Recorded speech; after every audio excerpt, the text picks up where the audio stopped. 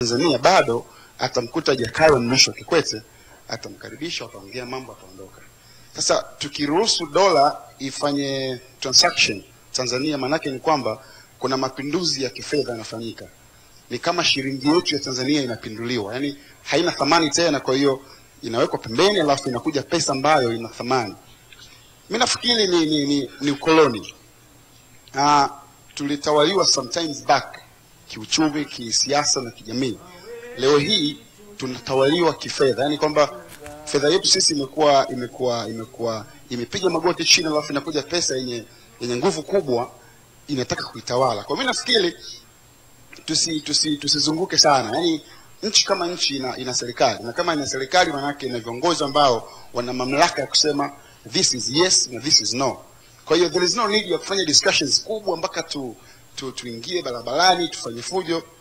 Wenye mamlaka waseme kwamba hatutaki matumizi ya dola katika transaction au katika manunuzi ya bidhaa za hapa nchini. Kama kuna uhitaji wa kutumia dola, basi labda kwa export au kwenye importation trade, yani biashara za unaingiza bidhaa kutoka nje maybe. Lakini mimi nakwenda kununua bidhaa dukani alafu naambiwa hatutaki shilingi, tuletee dola. Ni aibu sana kwa Tanzania. Najisikia vibaya kutawaliwa mimi kifikra katika mfumo wa koloni mambo leo, lakini najisikia vibaya zaidi kwamba pesa yangu haina thamani kiasi kwamba inakataliwa dukani, inakataliwa chuoni kwa sababu tu ni shilingi, naambiwa nipeleke dola. Kwa mimi nafikiri matumizi ya dola katika nchi yangu Tanzania yapigwe marufuku kwa sababu yanaondoa uthamani wa pesa yangu. Na naamini kitu kimoja kwamba kama dola ikiwa nyingi katika akiba, shilingi itakuwa na thamani kubwa. Nafikiri mwanauchumi atanisaidia pale. Lakini the more the dollars in the transaction, manake hiyo pesa ya Tanzania inakuwa inashuka chini kiuchumi kwa spidi kubwa, kwa sababu uwingi wa dola unakuwa mkubwa sana katika matumizi. Lakini dola hiyo kama ikichukuliwa ikawekwa akiba alafu shilingi ikaachwa itumike, manake shilingi hii itakuwa na thamani kubwa kuliko dola. Kuliko ambavyo ilivyo hivi sasa. Lakini dola ikiwa kwa wingi katika mzunguko wa pesa, manake shilingi yangu itazidi kutothaminiwa na kudharauliwa zaidi, na mwisho wa siku itapungua thamani mpaka itakuwa aibu. Kwa mimi nafikiri wenye mamlaka sasa hivi wanasikia, watu ambao tumewatrust, kwa sababu serikali ni sisi, lakini hatuwezi kuongoza wote kama tulivyo. Tumewachagua wachache watuwakilishi. Kwa hiyo wanaotuwakilisha na ambao ni wazalendo wa kweli wa nchi hii, basi wa take action, wapige stop. Hakuna matumizi ya dola katika ardhi ya Tanzania, isipokuwa where there is a need, kweli kuna uhitaji wa dola itumike. Lakini otherwise mimi nafikiri ningekuwa ndo mimi na mamlaka ya mwisho, ningetoa tamko tu sasa hivi kwamba bwana, kwanza leo hakuna chuo kitakacho kata shilingi lakini kipokee dola, na hakuna duka ambalo limebandika si bidhaa huko ndani kwa hizo bei za dola. Kwa hiyo ni vitu tu hivyo kwamba tamko litolewe, tuende madukani, tununue bidhaa kwa pesa yetu, tutambulike kwa pesa yetu pia, kwa sababu kuna sheria inasema kwamba kama ni shilingi 1000, bidhaa inauzwa shilingi 1000, kwenye ile pesa pale kumeandikwa hii ni fedha halali kwa malipo ya shilingi 1000, sio? Sasa napeleka kununua hicho kitu, lakini naambiwa kwamba sitaki hiyo pesa, leta dola. Manake pesa yangu imepinduliwa. Asante. Thank you. Ni malumbano ya hoja. Kipindi ni malumbano ya hoja, mtazamaji wa ITV. Matumizi ya fedha za kigeni katika manunuzi ya bidhaa na huduma za ndani, je, yapigwe marufuku? Karibu shiriki. Naitwa Samson Nyasongo, na moja kwa moja mimi ninapinga kabisa matumizi ya dola katika nchi yetu. Na ninapenda kumnukuu waziri wa fedha mwaka 2007 ambaye alikuwa ni Zakia, wakati wa bunge alitoa tamko la kuzuia matumizi ya dola katika nchi ya Tanzania. Sasa ukiangalia sheria ambayo imekuja kuwekwa baadaye, inatoa loophole ya matumizi ya dola indirect way, yani katika njia ya kudanganya, ambayo ilikuwa ikisema kwamba hakuna Mtanzania atakayelazimishwa kununua bidhaa kwa kutumia dola, isipokuwa kwa hiari yake au kwa kulipizwa kwa T-shillings kulingana na exchange rate itakao kuwepo. Na mimi hii naiona kuna weakness katika sheria ambayo inasimamia matumizi ya fedha za kigeni katika taifa letu. Kwa hii ni loophole ambayo ndio imesababisha mambo yote haya yanakuwa ni shida kubwa katika taifa letu. Na hili walilionya watu wanaoitwa financial experts. Walitoa tahadhari kwamba kuruhusu matumizi ya fedha za kigeni katika taifa letu inachangia sehemu kubwa sana, hasa bidhaa za ndani na shughuli za ndani zinachangia sana mmomonyoko, kuporomoka kwa shilingi na kuifanya shilingi isiwe na thamani katika taifa letu. Hii ndio shida ambayo sasa hivi tunaona tunaenda. Na kweli tahadhari zisipochukuliwa haraka itafikia hatua ambayo mtu anaenda kununua soda tu unabeba mfuko wa fedha na hatujui tunakoelekea ni wapi. Sasa kama ndio hivyo na hatuwezi kukomboa uchumi wa taifa hili, hebu lazima tuangalie nchi hii ni lazima ikombolewe na watu ambao uchumi wa taifa hili hauwezi kuletwa na viongozi ambao wana fikra za ukoloni. Kwa sababu unapowekeza matumizi, unapoweka sera ya kutumia dola katika taifa hili, unajenga kizazi gani? Watoto watakaozaliwa watakayoikuta fedha itakayokuta iko juu sana ni dola. Matokeo yake hawatakuwa na fikra juu ya shilingi. Kwa hiyo tunatengeneza kizazi ambacho ni cha dola. Watakuja kizazi cha dola, mwisho shilingi inatokomea. Sasa kama shilingi inatokomea maana yake nini? Tunaingizwa katika njia nyingine ya ukoloni ambao tunaita ni new system of colonialism, ambayo inakuja kwa kuwatawala Afrika kifikra. Sasa hii ni hatari pia. Sasa hasara kubwa ambayo tunaona ni nini? Inasababisha sana kuporomoka kwa shilingi na kuidhoofisha shilingi. Na unapoidhoofisha shilingi unadhoofisha utu wa Mtanzania. Maana hii ndio inatutambulisha kimataifa kwamba shilingi inapokuwa shilingi inaonekana katika medali ya fedha ndio Utanzania wenyewe. Jambo lingine pia inasababisha sana mlipuko wa bidhaa katika soko la manunuzi.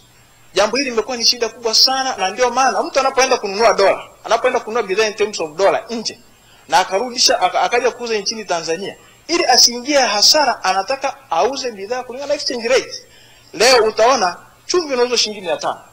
Kesho utakuta kwa sababu dola imepanda na huyu mtu ameagiza kutoka nje anauza kulingana na jinsi fedha, jinsi dola inavyozidi kupanda. Sasa jamani, tunaenda sehemu ambayo tunajenga taifa ambalo litakuja kuwa ni taifa la hatari zaidi. Na mimi nina wasiwasi kubwa.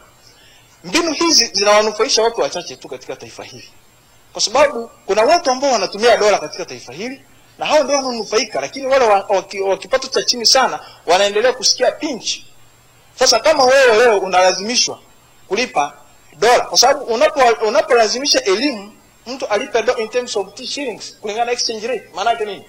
Naambia lipa dola. Sasa hivi ukiangalia kama swala la elimu, tunavyo vitoto ambavyo vinatoza dola sasa hivi. Ukienda Kampala University, kwa mfano mwanafunzi anayefanya kozi ya udaktari anatakiwa alipe dola 6,000 per year. So watu unategemea nini? Ina maana ukichukua dola 6,000 kwa exchange rate ya sasa hivi ni karibu milioni 10 na kitu. Je, Mtanzania halisi mwenye kipato cha chini ataweza? Asante sana. Kwa hiyo ninapinga matumizi ya dola, na tunaomba wasomi ambao wamesomeshwa na taifa hili wasaidie kwa kuokoa hili jahazi. Na kama ikishindikana, wewe tunaenda sema ambayo sasa tutabeba makaratasi katika mifuko yetu, makaratasi ambayo hayana thamani. Sema mbele ya hoja. Karibu. Mimi naitwa Bwana Adam Matumbo, ni mwanafunzi wa chuo kikuu cha tiba. Ningependa kupinga hii mada inayosema kwamba tunaruhusiwa kutumia dola katika taifa letu katika kufanya biashara na kutoza pesa za kigeni. Tuna tarehe 9 Disemba tunasherehekea uhuru wa nchi yetu, lakini naamini bado sana. Labda nitoe mfano kwamba mimi nina gari langu. Unatembea na gari lako, unakutana na mgeni njiani, unampa lift. Lakini mgeni yule inafikia wakati mpaka anapiga honi. Yeye unaendesha gari anapiga honi, anataka afunge breki. Kwa kweli sio jambo la kuliachia hivi. Watu wa nje wanatucheka. Tunajiona kwamba tumepata uhuru, lakini bado sana.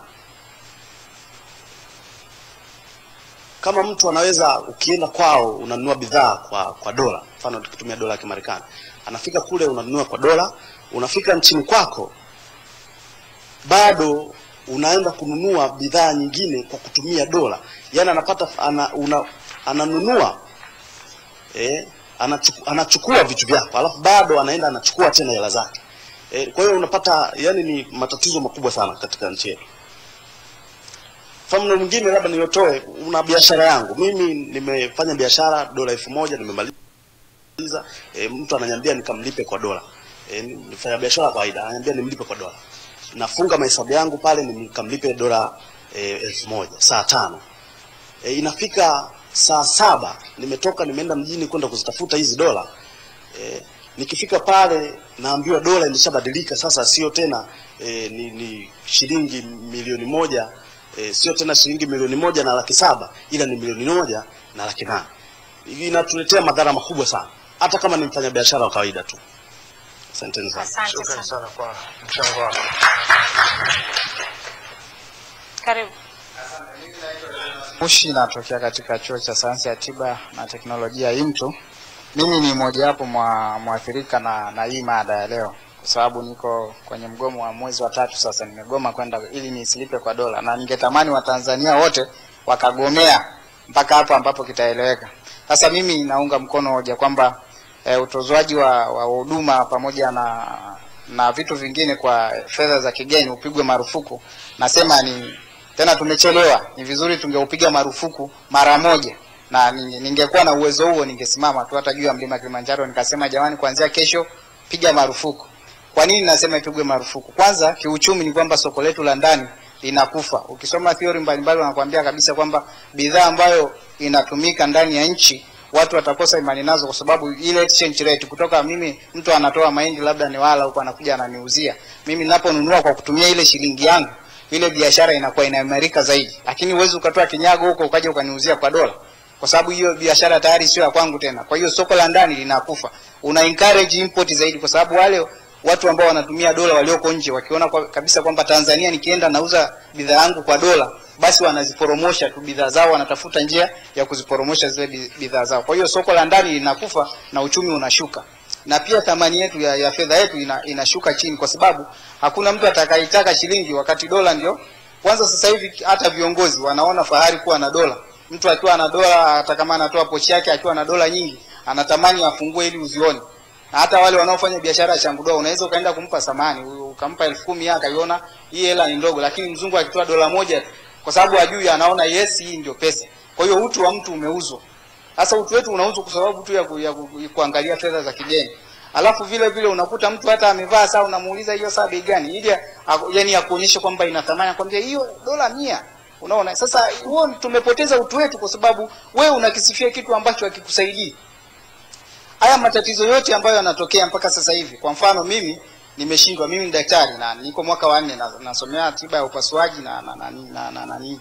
Sasa unakuta mimi nimeshindwa kulipa hiyo dola, niko mtaani, sijui ni lini serikali itasema basi usilipe dola. Mwananchi anasubiri huduma yangu haipati, na wako wengi ambao wako wameshindwa kuendelea na masomo, wameamua kurudi nyumbani kwa sababu ya dola. Lakini mimi nasema nani katufikisha? Tuna wasomi ambao tunawaamini katika nchi, tuna watu ambao wamepewa madaraka na rais, hawatumii vizuri. Wasomi wanatupa theory tu. Toka naanza kusoma mimi kuanzia sekondari mpaka university napewa theory tu kwamba sijui mfumo wa dunia umeporomoka ukawa hivi. Msomi naye leo ametoa theory nyingi tu. Lakini wewe taifa limekusomesha, unatoa mbinu gani?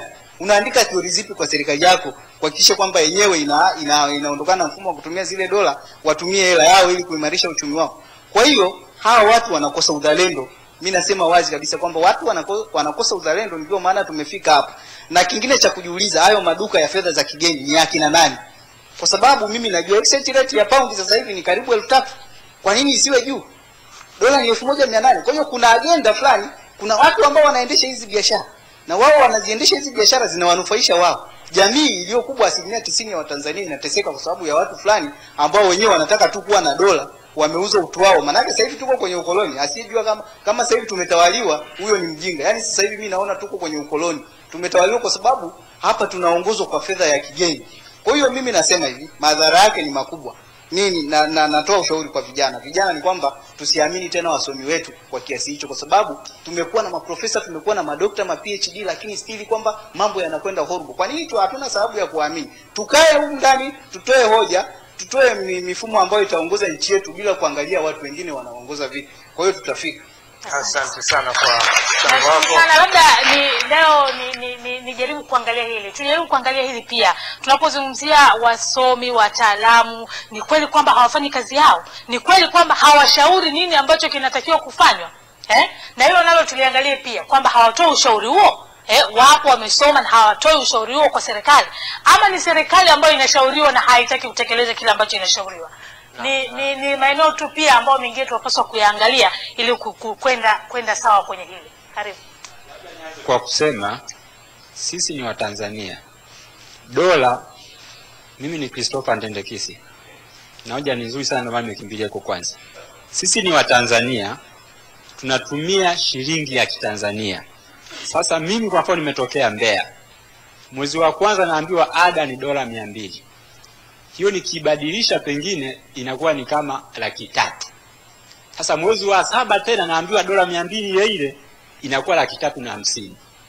Ina maana hapo na hasara ya shilingi 50,000. Kwa hiyo hata Tanzania hatuwezi kupanga bajeti zetu kwa sababu sasa dola kila sehemu ni dola. Kikubwa kinachotakiwa kwa sasa hivi ni viongozi wa serikali kupiga marufuku, hao maelezo mengine yafuate baadaye. Uzuri wa wataalamu ni kwamba ndio wataelezea sasa vizuri kwa nini tumepiga marufuku hiyo dola. Shida iliyopo, viongozi wa serikali wanashinda nje. Hao ndio wanaohitaji dola. Ili wakienda huko sasa wakafanya manunuzi yao kutumia hizo dola.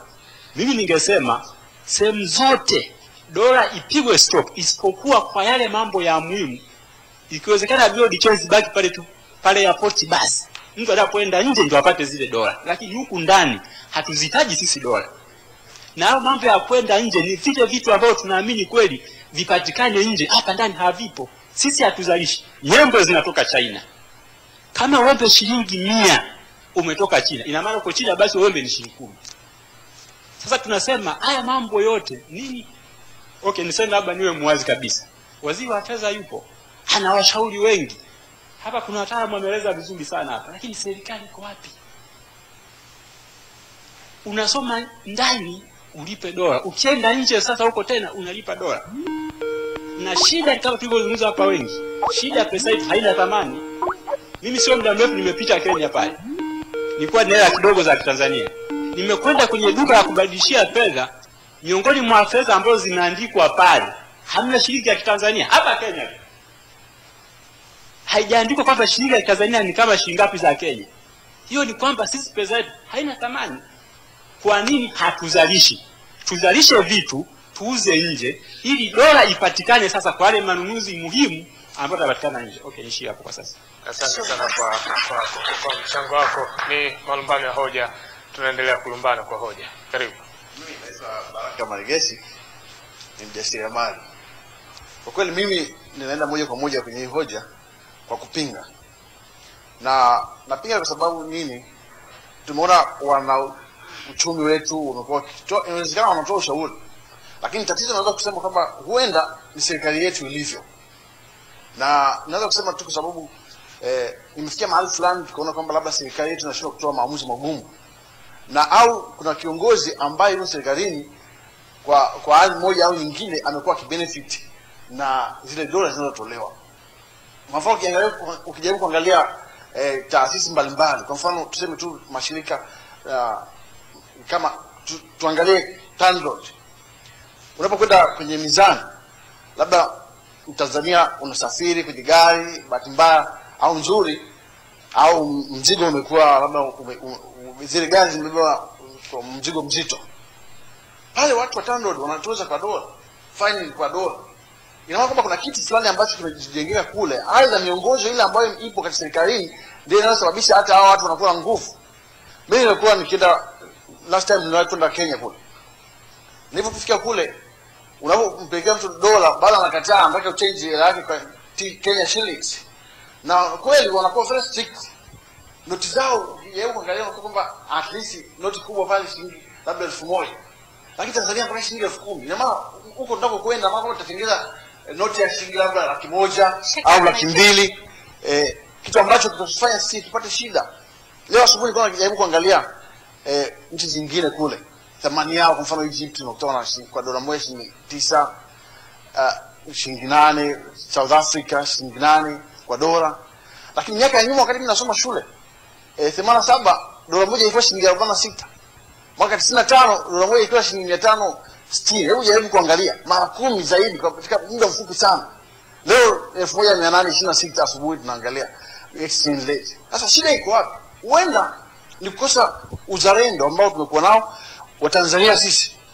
Kuna mtu labda anapewa 10% kukubaliana na vitu kama vile. Labda tungeamua kuwa wazalendo ili angalau tuweze kutetea nchi yetu, tusirudi kule ambako tumetoka. Na ikisikia mahali fulani labda tunaona kuna shida, tuangalie au tuachie madaraka wale watu ambao wanaweza, wenye matamko magumu, waweze kusaidia Watanzania tuweze kurudi katika maisha ambayo ni mazuri. Ni kweli kabisa watu wanateseka. Na uweza unakuta mikataba labda kuna mikataba inawekwa kati ya labda chuo na mahali fulani. Na unakuta kwenye kile chuo au mahali fulani kuna member ambaye ni mtu ambaye yuko kwenye council kule, labda ni wa serikali. Unategemea lini atapinga dola wakati yeye ana benefit? Inakuwa ngumu kwa sababu kile chombo ambacho unaona kama kinaweza kukusaidia au kikapingwa matumizi ya dola, kila mtu ambaye ni mwakilishi wa serikali. Ni ngumu sana. Kwa hiyo hata serikali yenyewe inaweza kupata angalau ikafanya marekebisho kuhakikisha kama mfumo yake inakwenda vizuri. Asante sana. Asante sana. Hoja mbalimbali zinaendelea kuibuliwa hapa. Mtazamaji wa TV, Fatuma, unaona mfano uliotolewa kwa mfano wenzetu wa Kenya. Na ukijaribu kufuatilia hela wenzetu wa Kenya bado ina nguvu. Ni bado ina nguvu sana. Sio Kenya pekee, kuna nchi nyingi ambazo ukifika unaenda na dola yako akwambia hapana. Nenda kabadilishe, lete euro hapa. Nenda kabadilishe, lete shilingi hapa. Nenda kabadilishe, lete hivi. Kwa hivyo ni mfumo tu ambao watu tayari wamejiwekea pale kwamba hela yetu, pesa yetu sisi tunaiweka mbele kwanza. Licha ya kwamba kuna baadhi ya maeneo utaruhusiwa, lakini kwa asilimia kubwa lazima pesa yetu iwe mbele. Na hoja ndo kama hivyo zinavyotolewa. Je, wahusika hawa kweli wanasimamia taratibu na sheria au wanatamka tu majukwani kufurahisha watu kwa wakati kwamba okay, kuanzia sasa malipo yafanyike kwa fedha za Kitanzania, ada hizi zilipo kwa fedha za Kitanzania? Je, baada ya pale kuna ufuatiliaji au ndo kama alivyosema mchangiaji kwamba labda na wenzetu wako ndani ya vitu hivi ambavyo vinatugharimu wa Tanzania tufanye manufaika kwa njia moja ama nyingine? Naam. Karibu. Asante sana. Kwa jina naitwa Goodluck Mushi, ni mwanafunzi wa chuo cha Kampala International University iliyoko Gongo la Mboto. Kwa kweli mada hii inasema kwamba matumizi ya dola katika ndani ya nchi. Mimi binafsi napenda kuipinga kabisa kwamba matumizi ya dola yasitumike kabisa. Kwa sababu kuu 3. Sababu ya kwanza ni kwamba wataalamu wanaita kuna kuwa na exportation na importation. Yaani importation ni kununua bidhaa kutoka nje ya nchi na kuuza bidhaa nje ya nchi, exportation. Sasa endapo kama exportation tunatoa bidhaa kutoka Tanzania tunauza nje ya nchi, itatuletea thamani kwa sababu tutapata dola. Lakini endapo hizo ni sababu za kwanza nimesema exportation na importation. Lakini sababu ya pili ni wanasema dollarization. Dollarization alisema mkuu pale ni kwamba kitendo cha dola kutumika ndani ya nchi, yani ndani ya nchi, kwa mfano tunanunua bidhaa vyote kwa dola, inaleta hasara kwa thamani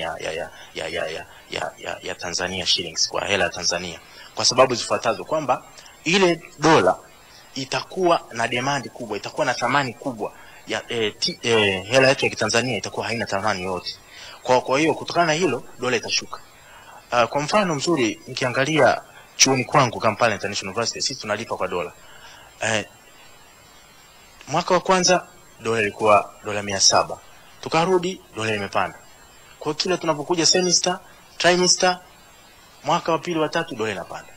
Lakini wametupangia kwamba unalipa kwa T-shillings. Wameweka ile exchange rate ya iliyopo kwa T-shillings. Kwa kutoa hii sheria iliyowekwa kwamba mtu anaweza akalipa ile dola ikabadilishwa kwa T-shillings, alipa kwa T-shillings. Lakini bado inatuumiza kwa sababu ina fluctuate, inapanda. Sasa inafikia mahali hata wale sponsors wanaotupa sponsors sisi wafadhili kwa ajili ya kusoma, unakuta wanashindwa kuelewa kwamba je, ni wewe mwanafunzi unatudanganya au ni kweli inakuwa hivi au inakuwaje. Kwa hiyo ile dollarization ndio inaoharibu, na kwa asilimia kubwa kwa Tanzania sasa hivi kinachoharibu uchumi wa nchi ni hii dollarization. Ukiangalia vyuo vya international, kuna vyuo vya international school vingi tu vya kindergarten sio nini, wanasema international. Lakini ukienda pale kwa vile ni international wanasema unatakiwa ulipe kwa dola. Kitu kingine ni benki kuu. Benki kuu inatakiwa iangalie ni aina gani ya hela inayozunguka kwa sasa hivi ndani ya nchi. Kwa kawaida kabisa benki kuu inatakiwa iangalie hiyo. Na ikiona kwamba kama ni dola ndio inayozunguka kwa kiwango kikubwa, inatakiwa sasa itoe ushauri kwamba nini kifanyike haraka kabla haijaleta madhara. Sasa mimi nadhani tumesomesha watu. Mwalimu Nyerere amesomesha watu. Ndio maana tumefika hapa. Sasa sijui kwamba walivyosoma ni kwamba hawajaelewa au waliamua kusoma yani theoretical, tunasema yani theoretical tunasema kwa Kiswahili theoretical, kwa nadharia, alafu hawataki kuimplement, hawataki kufanya practical, hawataki kuifanyia kazi au nini. Unaona, kwa kweli hili ni tatizo kubwa, na tukiangalia ukubwa ni mimi nadhani tu ni individualism, tunasemaje, yani ni ubinafsi, ubinafsi, kwamba hatutaki kufuata sheria zinazotakiwa zifuatwe. Asante sana.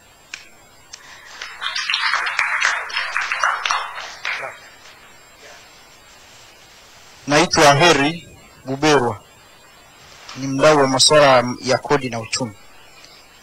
Mimi nianze kama ifuatavyo. Yote haya tunayoongea chanzo chake ni kuwa na uchumi tegemezi.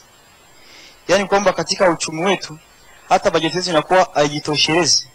Kwa watu tulio hapa wawekezaji wanakuja, wamejenga mahoteli, ni lazima watumie pesa yao, wasipotumia watatunyima misaada kwenye bajeti.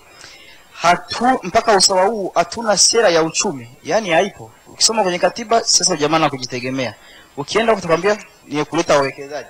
Sasa hiyo inapelekea tuwe hatuna sera ya fedha inayotumika. Of course sera ya fedha ipo. Kama sheria ipo ina maana sera ipo. Lakini kwa maana ya sera kutotumika, hiyo sera ni kama haipo, imekufa. Sasa namjua kitu kimoja kwamba pesa yetu imeanza kufa baada ya utandawazi kuwa mkubwa sana. Yaani kipindi cha globalization hapa miaka 90 mwanzo ndio pesa yetu inakufa kwa kasi. Mimi naita western prefectism. Sasa umarufuku hauwezekani wa moja kwa moja bila kufanya mapinduzi ya kiuchumi, inahitaji muda.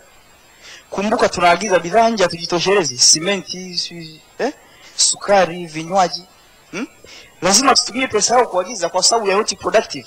Sasa nini tufanye? Moja, tuwe na uzalishaji mdogo mdogo, tuwezeshe wananchi kwamba hali kama hii inapotokea walau wao wanajitosheleza, walau hata kwa chakula, waweze barabara zijengwe, wasafiri vizuri. Pili, tufanye uwekezaji mkubwa katika miradi ya maendeleo ili tu export pesa yetu ifanye vizuri katika soko la nje. Mfano ATCL tulikuwa na ndege 11 mwaka 77. Sasa hivi ndio imeanza kuruka, juzi waziri anazindua moja inakwenda Tabora. 82 mwaka 82 Emirates walikuwa na ndege moja, sasa hivi wanaruka dunia nzima. Jana kuna ndugu yangu amekwenda Brazil. Yeye anakwenda Brazil anatokea Dar, lakini lazima apitie Afrika Kusini kwa sababu anapanda South African Airways. Sasa hivi tulitakiwa tuna ndege kama 200 zinaruka dunia nzima kwa shilingi ya Tanzania. Hivyo ndio vitu vya kufanya. Tulime chakula, tuagize, tuwe na teknolojia kubwa, kwa sababu tukiwa na teknolojia tutazalisha sana. Alafu kitu ambacho kingine, yote haya tutafanya, lakini kumbuka hawa wenzetu wa magharibi watatupangia bei. Sawa? Kwa cha kufanya, viongozi mnisikilize.